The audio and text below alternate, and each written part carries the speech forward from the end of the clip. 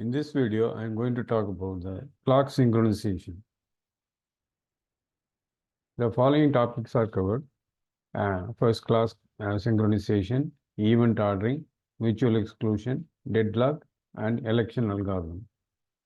Why synchronization is needed? A distributed system is a collection of distinct processes that are spatially separated and run concurrently. In multiple concurrent processes, sharing of resources may be cooperative or competitive. Both cooperative and competitive sharing require adherence to certain rules, guarantee that correct interaction occurs. Rules are which is implemented in the form of synchronization mechanism. Synchronization mechanisms that are suitable for distributed systems, the clock synchronization, event ordering, mutual exclusion, deadlock, election algorithms. Clock synchronization. Synchronization in distributed systems is more complicated than in centralized ones because the former have to use distributed algorithm. It is usually not possible to collect all the information about the system in one place and then let some process examine it and make a decision as is done in the centralized case. In general, distributed algorithms have the following properties. Number one, the relevant information is scattered among multiple machines. Number two, processes make decisions based only on local information. Number three, a single point of failure in the system should be avoided. No common clock or other precise global time source exists. Clock synchronization is defined. It is a job of a distributed system designer to devise and use suitable algorithms for properly synchronizing the clocks of a distributed system. How computer clocks are implemented? A computer clock has three components: a quartz crystal that oscillates at a well-defined frequency, second, a counter register, third, and a constant register. Counter register means it is used to keep track of the oscillations of the quartz crystal. Second, constant register. It is used to store a constant value that is decided based on the frequency of oscillation of the quartz crystal. Third, clock tick and interrupt re-initialized to the value in the constant register. Drifting of clocks. Due to the differences in the crystals, the rates at which two clocks run are normally different from each other. Difference may be small, but accumulated over many oscillations leads to an observable difference in the times of the two clocks. Drift rate is approximately 10 to the power of -6, giving a difference of 1 second for every 10 lakh seconds or 11.56 days.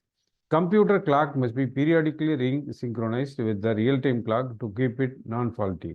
A clock is considered non-faulty if there is a bound on the amount of drift from real time for any given finite time interval. From the diagram given below, after synchronization with a perfect clock, slow and fast clocks drift in opposite directions from the perfect clock. Of two clocks at a delta time, after they were synchronized, the maximum deviation between the time, the two-row delta t value of the two clocks will be, it is shown in the diagram. A distributed system requires the following types of clock synchronization. Number one, synchronization of the computer clocks with real-time clocks. Second, mutual synchronization of the clocks of different nodes of the system. Clock synchronization issues. The difference in time values of two clocks is called clock skew.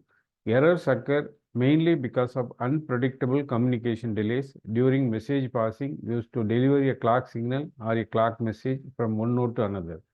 Time must never run backward because this could cause serious problems. Clock synchronization algorithms. The algorithm designed to gradually introduce such a change in the fast running clock instead of readjusting it to the correct time all at once. Number one, distributed algorithm. Number two, centralized algorithms. Centralized algorithm are divided into passive time server centralized algorithm and active time server centralized algorithm. Centralized algorithms are passive time server centralized algorithm, and active time server centralized algorithm. Passive time server centralized algorithm. In the passive time server approach, the time server only responds to requests for time from other nodes. Each node periodically sends a message, time equal to what is the value to the time server.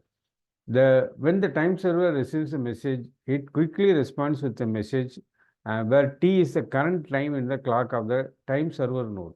Let us assume that when the client node sends a time message, its clock time is t0, and when it receives the time equal to t, the message, its clock time is t1. Thus, time required for the propagation of the message time from the time server node to the client node is t1 minus t0 divided by 2. When the reply is received at the client's node, its clock is readjusted to t plus t1 minus t0 divided by 2. Passive time server centralized algorithm, t1 minus t0 divided by 2 is not a very good estimate. Thus, several proposals have been made to improve this estimated value. Two methods. Method 1 assumes the availability of some additional information. Assumption: the approximate time taken by the time server to handle the interrupt and process a time request message is known. Let this time be equal to 1, then a better estimate of the time taken for propagation of the message time from the time server node to the client's node would be t1 minus t0 minus 1 divided by 2. When the reply is received at the client's node, its clock is readjusted to t1 minus t0 minus 1 divided by 2. Passive time server centralized algorithm. We can explain the algorithm that is well suited to systems in which one machine has a WWB receiver, and the goal is to have all the other machines stay synchronized with it. Let us call the machine with a WWB receiver a time server. This algorithm is based on the work of Christian. It was introduced in 1989 and prior work. Periodically, certainly no more than every seconds, each machine sends a message to the time server asking it for the current time. That machine responds as fast as it can with a message containing its current time. Active time server centralized algorithm. Time server periodically broadcasts clock time, receive the broadcast message and use the clock in the message for correcting their own clocks. Each node has a priori knowledge of approximate time required for the propagation of the message from the time server node to its own node. When broadcast message is received at a node, the node's clock is readjusted to the time t plus ta. The drawback in this algorithm is not faulty tolerant. If broadcast message reaches too late, the clock of that node will be readjusted to an incorrect value. At the same time, it requires broadcast facility to be supported by the network. Active time server centralized algorithm. So this is Christian algorithm. The time server is passive. Other machines ask it for the time periodically. All it does is respond to their queries. In Berkeley Unix, exactly the opposite approach is taken. Here the time server, actually a time daemon, is active, polling every machine periodically to ask what time it is there. Based on the answers, it computes an average time and tells all the other machines to advance their clocks to the new time or slow their clocks down until some specific reduction has been achieved. This method is suitable for a system in which no machine has a WWB receiver. The time daemon's time must be set manually by the operator periodically. This method is explained in this algorithm. Active time server centralized algorithm. Based on this knowledge, it first readjusts the clock values of the reply message. It takes fault tolerant average of the clock values of all the computers. The time server chooses a subset of all clock values that do not differ from one another by more than a specified amount, and the average is taken only for the clock values in this subset. Centralized algorithms drawbacks. They are subject to single point failure. If the time server node fails, the clock synchronization operation cannot be performed. This makes the system unreliable. Second, from a scalability point of view, it is generally not acceptable to get all the time requests serviced by a single time server in a large system. Such a solution puts a heavy burden on that one process. Distributed algorithms. Externally synchronized clocks are also internally synchronized. Each node's clock is independently synchronized with real time. All clocks of system remain mutually synchronized. Each node is equipped with real-time receivers so that each node can be independently synchronized. Distributed algorithms continue. Theoretically, internal synchronization of clock is not required. In practice, due to inherent inaccuracy of real-time clocks, different real-time clocks produce different time. Internal synchronization is performed for better accuracy. Global averaging. Each node broadcast is local clock time in the form of a special raising message. After broadcasting the clock value, the clock process of a node waits for time. The T is calculated by the algorithm. During this period, clock process collects the raising messages broadcast by other nodes. Clock process estimates the skew of its clock with respect to other nodes. It then computes a fault-tolerant average of the estimated skews and uses it to correct the local clock.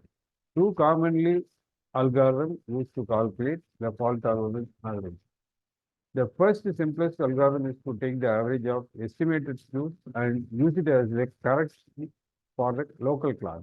And only below a threshold are taken into account and the others are set to 0 before computing the average. Second algorithm, each node limits the impact of faulty clocks by discarding the highest and lowest skew and then calculating the average of the remaining skew and use it to the correction for the local clock. Localized average algorithm. Global algorithm was suitable for small networks due to broadcast facility where node has direct communication to every other node. This algorithm attempts to overcome the drawbacks of the global averaging algorithm. Nodes of a distributed system are locally arranged in some kind of pattern such as rings. Periodically, each node exchanges its clock time with its neighbor in the ring and then sets its clock time by taking average. Average is calculated by its own clock.